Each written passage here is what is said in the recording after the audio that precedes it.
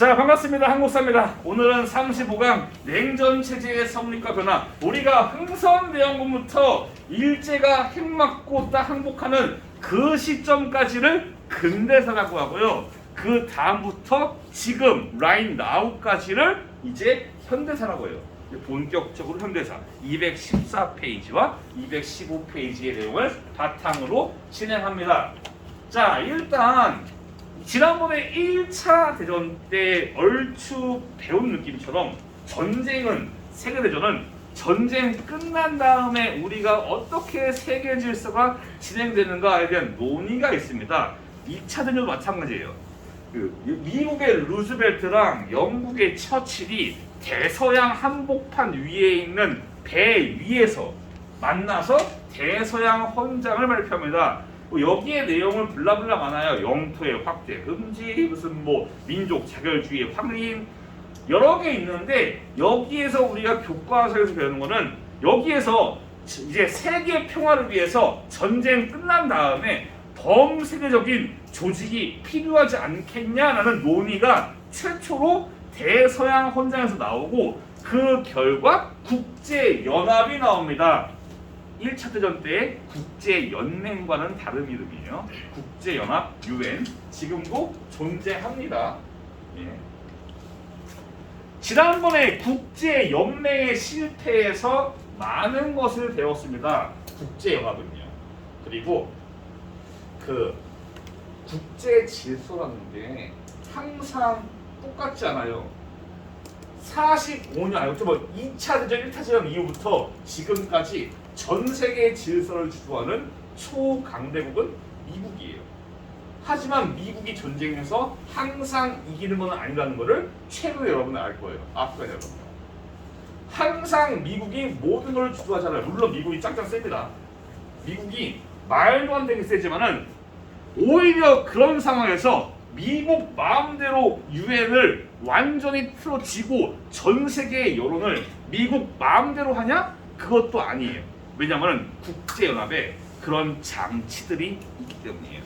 국제연합은 총회가 있고 안전보장이사회가 있는데, 이 안보리, 안전보장이사회에 상임이사국 5나라가 있어요. 미국, 소련, 중국, 영국, 프랑스. 2차 대전의 승전국들이고, 여기에서의 중국은 지금의 타이완이에요. 아직은. 이 5나라의 상임이사국이 뭘 가지냐? 거부권이에요. 예를 들면 총회 결과가 나왔어요. 그 총회 결과에 대해서 상임이사국이 야, 이거 엿 같아서 못하겠다 라고 하면은 거부권 행사합니다. 그러면은 총회의 결정이 캔슬, 무효됩니다. 부르마블의 무대권 이런 느낌이에요. 거부 이런 식이에요. 이게 있기 때문에 보면은 이제 미국과 소련은 진영이 서로 다르니까 미국과 소련이 자기 마음대로 이제 여론을 주도하기가 어려운 겁니다. 미국 마음대로 했다가 소련이 거부, 소련 마음대로 했다가 나머지가 거부, 이럴 수 있습니다. 그래서 특정 질서가 유엔을 좌우한 일이 없게 나름대로 안배를 한 겁니다. 그리고 국제연맹처럼 강제성이 없잖아요. 국제연맹은 그냥 멈춰 이겁니다. 누가 다른 나라를 패더라도 야, 히틀러야 그러면 안 돼, 멈춰, 이런 식이에요. 어떠한 강제성이 없는데 유엔은 강제성을 가지고 있습니다. 유엔군이라는, 당장 북한의 그 김일성 돼지가 우리 대한민국을 침략했을 때 유엔군이 파병돼서 우리를 도왔습니다. 그거에 대한 내용은 여담 같은 것들은 나중에 설명드릴 기회가 있을 거예요. 그때를 위해서 넘겨드릴게요. 일단 국제연맹은 이러한 특성이 있습니다. 국제연합, 미안해요. 다음. 자, 전쟁이 끝났습니다. 전쟁이 끝났는데 평화는 계속되지 않았습니다. 제가 지도는 잘 안 그려가지고 유럽에서 전쟁이 끝난 다음에 기존까지의 유럽 국가들이 프랑스, 영국, 독일, 이탈리아 등등 기존까지의 서양의 유럽의 국가들이 전쟁이 끝나고 남겨진 것은 쑥대밭이 된 땅입니다. 어마어마한 전쟁 피해에 유럽이 헤어나지 못하고 그런 유럽의 틈에서 말도 안 되는 강대한 힘으로 유럽의 세력을 떨치기 시작한 게 소비에트 리언방 소련입니다. 소련이 이제 유럽 쪽으로 점점 세력을 확장하면서 공산주의를 침투시키기 시작해요. 그래서 동유럽이 점점 공산주의의 빨간 맛으로 물드는 겁니다. 이 빨간 맛 참 궁금하네요. 농담이고. 자, 폴란드, 체코 등등등 수많은 애들이 다 공산주의로 물들어요. 점점. 나중에 영국의 처칠이 뭔 얘기를 하냐? 야, 발트해부터 여기까지 참 이게 철의 장막이 세워져 가지고 소련이 여기를 장악했구나라는 표현을 해요. 철의 장막이라는 표현을. 여튼간에 여기가 다 빨갛게 물들고 점점 내려가면서 터키와 그리스까지 공산화의 위험에 처해 있습니다. 그 전까지 미국은 개입을 하지 않았어요. 소련과의 정면 충돌을 우려해서 공산화에 대해서 대응하지 않았지만은 더 이상은 안 되겠다라고 해서 터키와 그리스의 공산화 위기에 대해서 나서는 게 바로 트루먼 독트린입니다. 미국의 대통령 해리 트루먼이 주장한 정치의 노선이에요. 독트린은 그런 식이에요. 우리가 정치 방향을, 노선을 이렇게 정하겠다 이런 건데, 근데 골자는 뭐냐? 더 이상 공산 세력의 팽창을 좌시하지 않겠다. 우리가 적극적으로 개입하겠다라는 겁니다. 이건데 이거는 교과서에 없고요. 교과서에 있기는 한데 위의 내용이 좀 빠져가지고 제가 그냥 세계사 교과서에서 긁어왔어요. 그리스는 현재 무장한 공산주의자들 조종을 갖고 있는 수천 명의 파괴적인 활동에 의해 위협받고 있다. 이런 식이 보통 침투시켜가지고 그들이 선동해서 봉기를 일으켜가지고 정부를 전복시키고 이제 공산주의 정부를 세우는 이런 느낌인 건데, 민주적인 그리스가 의지할 나라는 미국뿐이다. 그래서 미국은 소수의 무장한 세력 이런 식으로 혹은 외부의 압력, 소비에트 연방 같은 이런 압력으로부터 투쟁하는 자유민들의 노력을 지원해야 된다. 군사적이든 재정적이든. 여기에 빠져있는 게 유럽에 대한 경제 지원과 교과서에 있는 군사 지원 이런 것들이에요. 거기 써있네. 그리스, 터키에 대해서 차관을 부여하고 214페이지 위에 차관을 부여하고 동시에 플러스로 유럽 지역에다가도 재정 지원을 약속합니다. 그래서 트루먼 독트린은 뭐냐? 공산 세력의 팽창 안 된다. 우리가 팽창 저지하겠다라고 어필을 한 겁니다. 그러면서 등장한 게 냉전이라는 개념이에요. 냉전, 콜드워 이거 뭐냐면은 핫워, 열전과는 다른 개념이에요. 열전은 말 그대로 총 들고 싸우는 겁니다. 직접 싸워서 희생자가 나오는 게 열전이에요. 그럼 냉전은 뭐냐? 직접적인 싸움이 없어요. 치밀한 첩보전 이런 것들, 첩자를 보내고 스파이를 보내고 정보를 유출하고 자기 세력 과시하고 이런 식으로 직접적으로 싸우지 않지만은 대립이 이어지는 긴장감이 유지되는 그게 냉전이에요. 그럼 있잖아, 이 고수들이 싸울 때 그냥 막 싸우는 게 아니야. 눈치를 봐요. 이러면서 지켜보고 있어. 마치 스치면 치명타 이런 느낌으로 달려들지 않아요. 서로가 서로를 지켜보면서 허점을 찾아요. 이런 대치 상황이 냉전이에요. 달려들면 열전인 거고. 그런 냉전 시기에 트루먼 독트린이 발표되자 공산주의진에서는 이에 대응해서 코민포럼이라는 공산당 정보국을 만들어요. 그래서 이 동유럽 지역의 다른 공산당들, 뭐 체코의 공산당, 폴란드의 공산당 등등 공산당들끼리 정보를 교환하는 단체를 만듭니다. 이게 또 사람이 너무 빈곤하면은 공산주의가 파고들기 쉬워요. 뭔 소리냐면은 내가 월급이 1,500이야.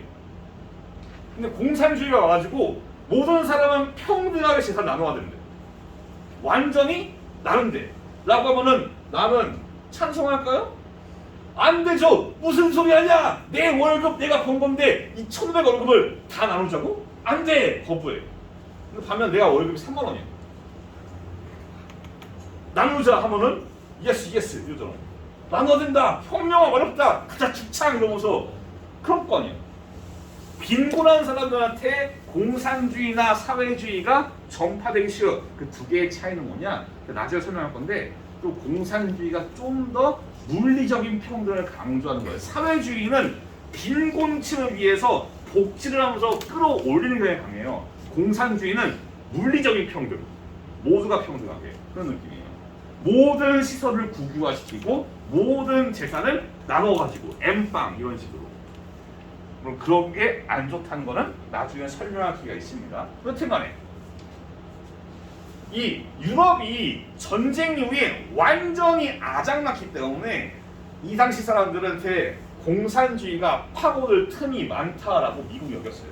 그래서 유럽 지역을 전쟁 이전의 상태로 부흥을 해야겠다라고 해서 국무장관 마셜이 계획해서 어마어마하게 많은 돈을 유럽 지역에 퍼부어서 유럽의 부흥을 가져옵니다. 그게 마셜 플랜이에요. 어마어마하게 많은 돈을 투자합니다.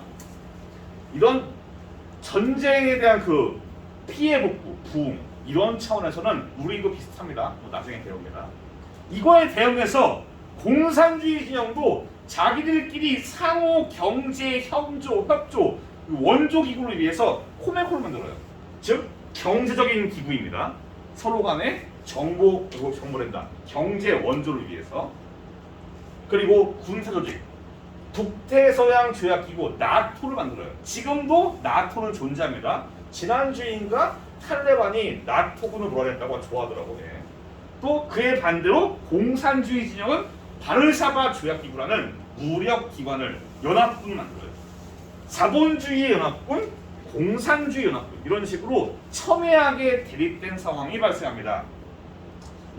이런 대립은 냉전은 베를린 봉쇄 위에 심의되는데 우리가 214페이지 위에 있는 베를린 공수라던가 베를린 봉쇄를 교과서에 나오지 않기 때문에 제가 좀 설명을 드릴게요. 예. 일단 독일이 히틀러가 죽고 전쟁이 끝났습니다. 독일은 전쟁 이후에 넷으로 나눠지게 돼요. 나쁘지 않았다. 미국, 영국, 프랑스, 소련 이렇게 네 지역으로 나뉘게 됩니다. 가만히 보시면은 뭔가 좀 느낌이 이상하잖아요. 셋이 같은 팀이에요. 그렇잖아. 자본주의 진영이야. 한쪽은 공산주의. 나중에 얘들이 하나로 합쳐요. 자기들 지배 지역을 통합합니다. 그래서 요게 서독, 요게 동독이에요. 소련 입장에서는 어이가 없잖아. 야, 웃긴 새끼들이네? 니들이 하나로 합쳐? 어이가 없네? 라고 하면서 뭘 하냐? 당시에 베를린이 어디에 있냐? 여기에 있어요. 베를린. 근데 참 어이없게도 베를린도 4개로 쪼개진 상황이고 베를린도 하나로 합쳐졌어요. 서베를린, 동베를린. 여기에 완전히 열받은 소련이 그래 니네가 그렇게 나오면은 여기에서 서베를린을 완전히 봉쇄해버리겠다 라고 해서 베를린 봉쇄를 실시해요. 베를린 사람들이 굶어 죽든 말든 우리는 봉쇄해서 니들이 합쳐버린 이런 말도 안 되는 상황을 되돌리게 하겠다 라고 해서 봉쇄를 벌여요. 그러자 베를린 사람들은 기아와 배고픔, 물자난에 시달립니다. 물가는 올라가고 배고프고. 미국은 이 상황을 미국답게 해결해요. 미국다운 거 뭐겠습니까? 화끈한 돈, 화끈한 물량, 쇼미더머니 그 자체. 뭐냐면은 미국은 모든 항공기를 불러 모아가지고 수송기로 베를린에다가 물자를 운송해요. 그냥 몇백 대가 수백 대가 쭉 날아가서 서베를린에 파킹하는 겁니다. 쫙 뿌리고 가요. 물자를. 봉쇄라는 게 외교적으로 물리적으로 끊어버려요. 도로를 차단해버려요. 도로 차단해버리고 어떠한 물자도 못 지나가게. 말 그대로 베를린은 섬으로, 서베를린을 섬으로 만든 거예요. 섬으로 만든 거예요. 그런 상황이니까 도로를 끊어? 위는 뚫렸잖아. 위로 합니다. 그러니까 폭격을 하듯이 쫙 떨궈요 그냥. 그런 식으로. 이걸 보고 있자니 저거를 떨구기도 그렇고 놔두기도 그렇고 떨구는 순간 전쟁이거든. 소련도 그건 싫어. 떨구자니 뭐하고 그래서 그냥 넘어갑니다. 나중에는 더 이상 의미가 없으니까 봉쇄를 풀어요. 예. 처음에는 서베를린, 동베를린이 이동이 자유로웠어요. 근데 베를린 봉쇄와 공수 이후에 자꾸 넘어오니까 여기에 장벽을 치는 게 베를린 장벽입니다. 좀 간략하게 설명하는데 얼추 이해하시면 돼요. 교과서에 있는 개념을 설명한 거니까 그냥. 이런 식으로 점점 대립이 심해집니다. 우리가 세계사가 아니니까 그 다음에 발생하는 수많은 대립들은 우리가 배우지 않아요.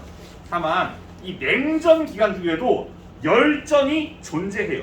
215페이지 오른쪽의 지도처럼 뭐 아시아뿐만 아니고 수많은 지역에서 이 미국과 소련의 대리전들, 미국의 아바타, 소련의 아바타, 둘이 싸우는 대리전 이런 형태가 종종 나오기도 하고 아시아 지역에도 이렇게 전쟁들이 있는데 여기에 나와 있는 국공내전, 6.25 전쟁, 베트남 전쟁은 다 한국사랑 연관이 있습니다. 네. 그래서 냉전이지만은 열전도 존재했습니다. 여기에서의 공부 포인트 키워드는 무엇이냐? 먼저 그냥 트루먼 도크린 알아두시고 이게 뭔 내용인지, 그리고 교과서에도 있는 이 표, 자본주의 진영과 공산주의 진영에 서로 대칭되는 충돌을 다룬 이 표 알아두시길 바랍니다. 아셨죠? 그럼 이제 좀 더 아시아 쪽으로 가봅시다. 중국의 상황이에요. 중국. 자, 중국은 해방 이후에 일본군이 물러가고 이제 국민당과 공산당이 나와요. 국민당은 우리가 존경에 맞지 않는 장제스. 장제스 빨아줍시다. 카이로의 영웅, 예, 장제스. 그리고 마오쩌둥의 공산당. 이 둘이 일단 그 일본이 물러난 다음에 둘이서 일단 싸우지 않기로 협의를 해요. 근데 문제는 이 당시에 소비에트 연방이 북쪽으로 올 때 원래 만주 지역에 일본 군대가 75만 명 있었어요. 일본도 참 병사가 많긴 해. 75만 있어요. 근데 이 75만을 소련 군대가 일주일 만에 작살내요. 일주일 만에 만주를 장악합니다. 75만이 가진 무기들과 장비들과 이 지역의 자원들이 있잖아요. 만주 지역의 자원. 이거를 가지고 국민당과 공산당 사이에 갈등이 발생해요. 공산당이 소비에트 연방이니까 은근슬쩍 챙긴단 말이죠.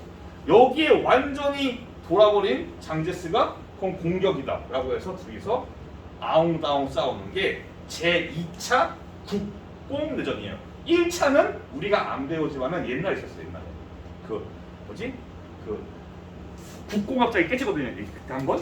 그때 발생하는데 그 의미가 없고 여튼 일반적인 국공내전은 이때를 말해요. 일반적으로. 거기 학습지에 제가 동아시아사 교과서에다 가져온 그 공산당과 국민당의 전력 차이가 있어요.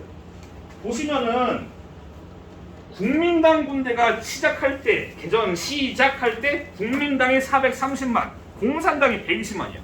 장비도 달라요.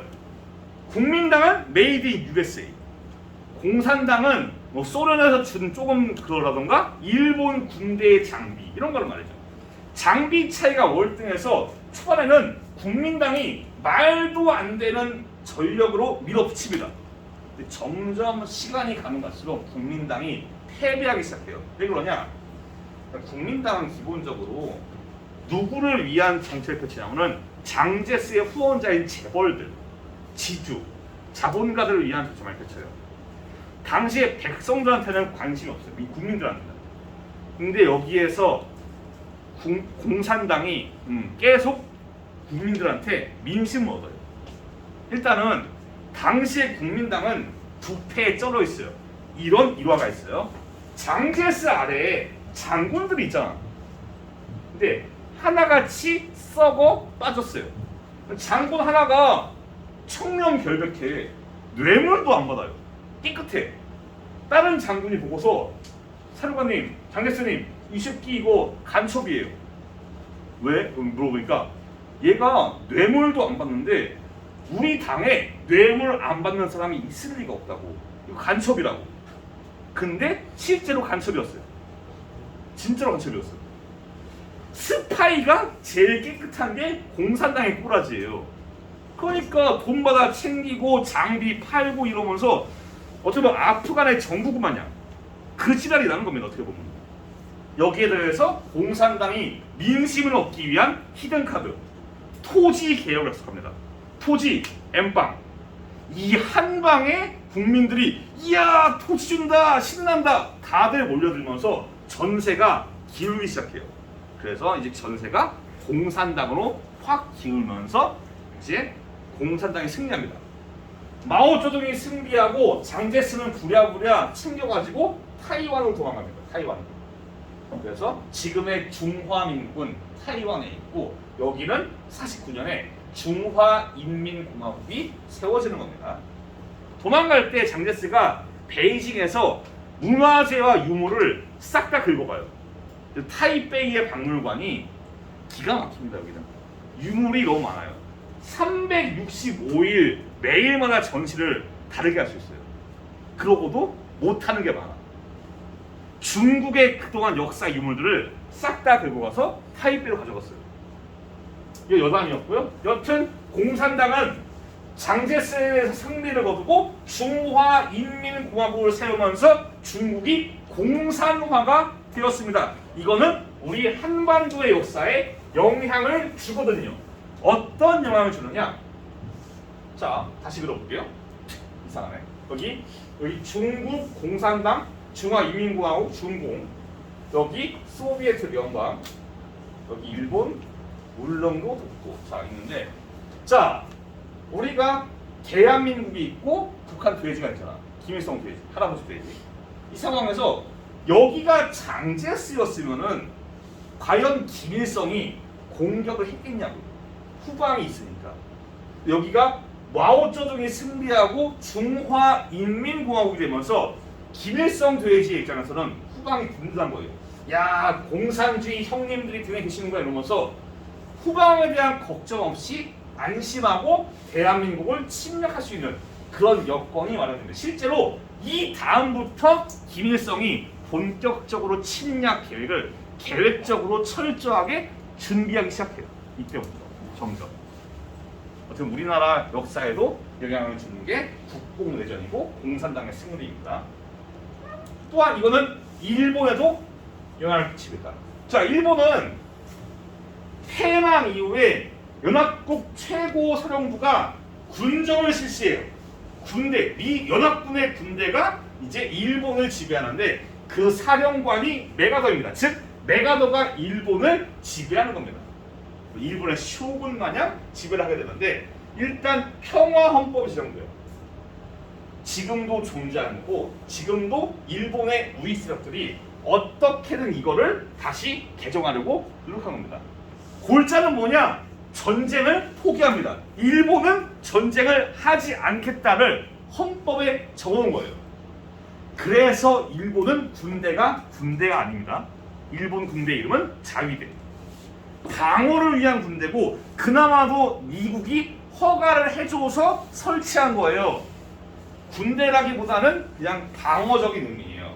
전쟁을 포기했기 때문이에요. 잘 듣고 계십니까, 여러분? 자, 또한 입헌 군주제. 이 형태는 그런 느낌이에요. 예전에는 이 패망 전에는 일본의 왕이 모든 것을 관리했어요. 행정, 군사, 사법 등등 모든 권한을 가진 게 일본의 왕입니다. 더 이상 그런 권한이 없게 하는 겁니다.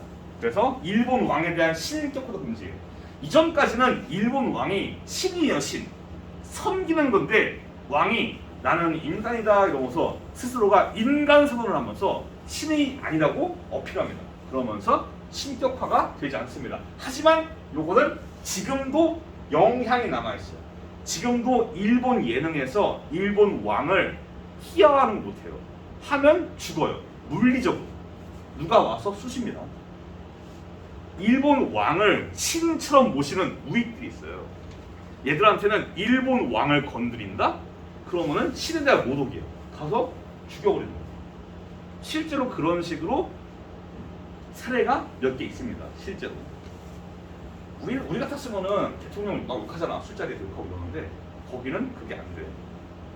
여튼 이렇게 금지합니다. 전범 재판도 있어야겠죠? 나치도 전범 재판을 작살내요. 215페이지 아래쪽에 역사 깊이 보기. 자, 215페이지 아래쪽에 역사 깊이 보기 보시면은 뉘른베르크 군사재판, 여기에서 나치의 전범들이 처벌받고 도쿄 극동 국제 군사재판, 요거를 줄여서 도쿄 전범재판을 하는데 여기에서 전범들, 일제의 전범들을 처벌합니다. 근데 이거는 한계가 존재해요. 뭐냐면은 이 전범 재판을 할 때 판사 중에 한 명이 침입해요. 그래서 얘는 뭐만 하면은 무죄, 사형 안 돼 이러면서 딴지를 걸어요. 참 어이없는 상황이에요. 게다가 아까 말했잖아요. 일본 왕이 정치, 경제, 사회 모든 권한이 있는데 전쟁도 결국 일본 왕이 도장을 찍어서 한 건데 일본 왕을 재판에다 세우지 않습니다.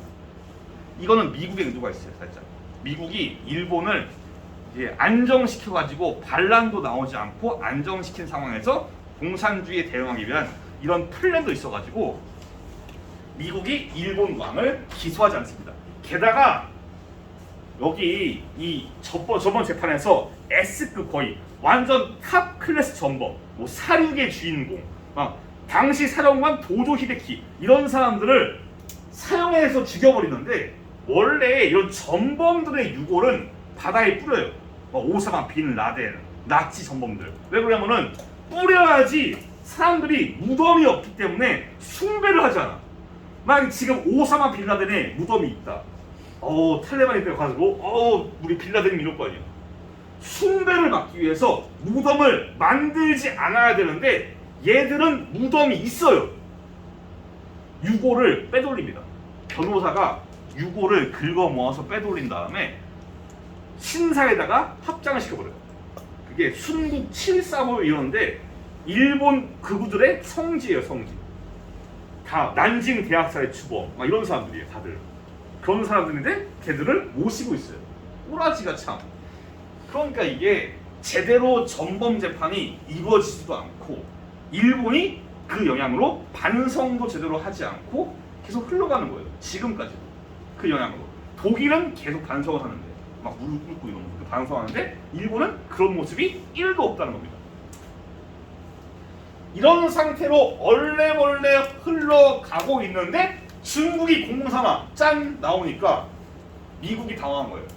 중국이 공산화가 되고 소련이 빨간맛 이러니까 아시아 전체가 잘못하다가는 빨간맛 되겠다. 안 되겠다. 아시아에서 공산주의를 저지하기 위한 지정학적 위치로 일본이 주목받으면서 일본이 다시 미국의 지원으로 회복되기 시작합니다. 일본을 살려야지 아시아에서 공산주의를 막는다라고 미국이 생각을 한 거예요. 그리하여 샌프란시스코 강화조약으로 일본의 주권이 회복됩니다. 이런 최고 사령부가 아니라 일본 정부가 다시 들어서게 되는 겁니다. 그리고 이제 미일 안보조약으로 지금도 오키나와에 존재하는 주일 미군이 이때 들어오고 여기에 더해서 누가 만약에 일본을 공격한다. 미군이 개입할 수 있게 조약을 체결합니다. 이걸 통해서 일본을 미국이 지켜주면서 이 아시아에서 공산주의에 맞서는 하나의 위치로서 일본이 점점 세력을 얻어갑니다. 더 나아가서 6.25 발생 이후부터는 더욱더 심해지는 거죠. 일본이 희망이다 이러면서 여기다 부어버리는 거예요. 그래서 이게 일본이 성장하게 되는 계기입니다. 그 평화헌법이라던가 도쿄 전범재판 이런 것들은 아시면 좋을 것 같아요. 나름대로 이런 것들은 특히 평화헌법 이런 거. 예전에 아베 총리가 평화헌법 개정한다고 말이 많았잖아요. 그런 것처럼 지금과도 연결되어 있는 그런 상식 중에 하나입니다. 오늘 좀 내용이 어려웠나 봅니다. 이 촬영하는 반에서 잠을 많이 자고 있어요. 참 난감합니다. 예, 사반 반성하세요. 자, 오늘 수업 여기까지고 다음 시간은 8.15 광복과 본격적인 현대 한국사 8.15 광복과 정부 수립 노력에 대해서 만날게요. 이 파트가 조금 헷갈리기 싫어요. 왜 그러냐? 우리가 1945년 광복을 받고 그 다음에 1948년 정부가 수립되는데 이 과정까지 혼란 그 자체예요. 암살이 유독 많아요. 좌익도 죽이고 우익도 죽이고 그러면서 죽고 죽이는 암살, 테러 이런 게 많은 혼란한 시기가 이때입니다. 그래서 이 파트가 조금 어려울 수 있다는 거 미리 말씀을 드립니다. 자, 고생 많았습니다. 다음 시간에 뵐게요. 감사합니다.